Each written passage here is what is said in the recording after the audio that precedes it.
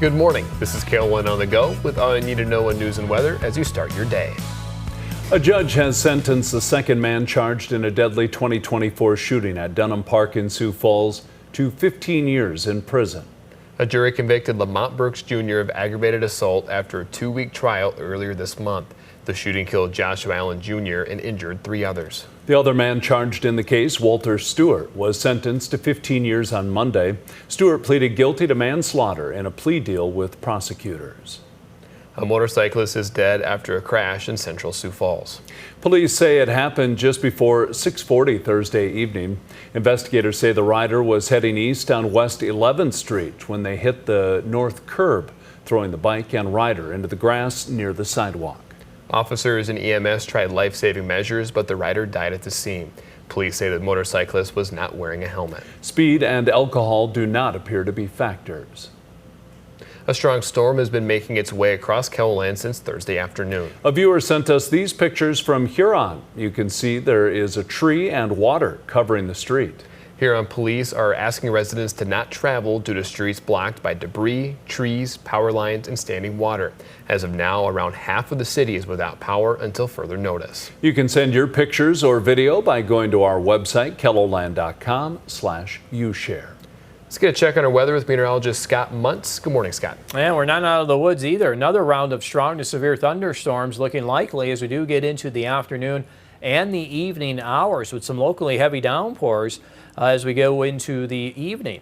Temperatures today will reach the 80s to near 90 degrees with winds coming in around 10 to 20 miles per hour. I'll have more details on that forecast coming up. Thanks, Scott. Well, blood banks are looking for donors during the week following Independence Day. Coordinators say holiday travel and celebrations can lead to more emergencies, and donations can sometimes slow down. Since many blood bank offices are closed today, they need your help next week to refill the supply. Mondays are very important for us because then we start rebuilding over what we lost over the weekend. On Thursday, we ran into Laura Kepke, who was donating blood for her 85th time. She says the process is easy and a great way to help others. Today will not be your typical Friday at Mount Rushmore National Memorial, where fireworks and a presidential visit are on the docket. And KELOLAND News will be there. Ahead of that, we took a look at the preparations. There's a highline system that brings the fireworks loads to the top of Roosevelt's Head and then to suspend them and deploy them down into the Hall of Records Canyon is right behind the sculpture, and that's where that's where they shoot from.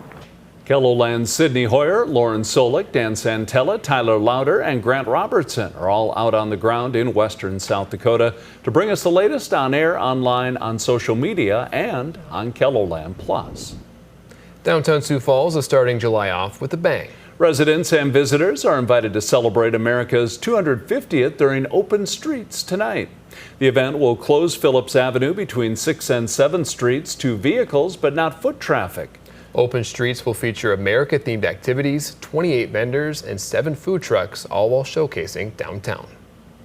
We know that downtown is for everyone, but people maybe haven't experienced downtown in that fashion. And so it just opens up opportunity for people to get to know one another and just explore everything that we have happening in downtown. Open Streets is tonight from 5 to 8 o'clock and is free to attend. That's a look at some of our top stories. Now let's get another check of your weather with meteorologist Scott Muntz. Scott? All right, good morning, everybody. We'll continue to follow developing showers and thunderstorms as we get into the afternoon and evening, as well as following what's going on this morning. A lot of the activity showing a weakening trend with our scattered showers and thunderstorms. By 3 o'clock, you notice an area here in the western South Dakota as well as central KELOLAND. Things will become a little more numerous as we do get into the late afternoon and early evening. And then I think during the late evening hours in eastern South Dakota, unfortunately near sunset, we do have this area of showers and thunderstorms that can be strong to severe and contain some locally heavy rainfall. So that will delay or put a damper on some of the plans that we do have later today across eastern South Dakota.